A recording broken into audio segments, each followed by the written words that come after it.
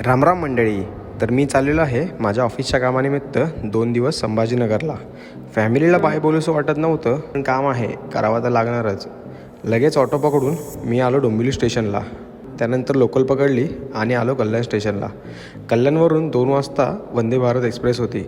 नावाद express, पण as usual late होती. Finally train आली, मी चढलो. माझ्यासाठी हा फर्स्ट एक्सपिरियन्स होता. कोच एकदम चिल्ड झालेला होता. वाईड विंडोज, ऑटोमॅटिक डोअर पण होते. सीटवर बसून घेतलं.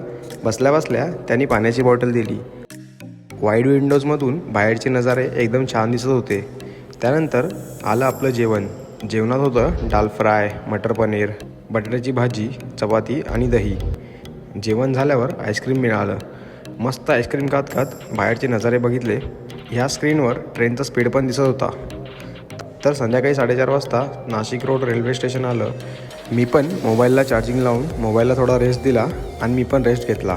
यापुढील व्लॉग आपण पुढील भागात पाहूया. तुम्हाला आमचे व्हिडिओ आवडत असतील तर चॅनलला नक्की सबस्क्राईब करा. धन्यवाद.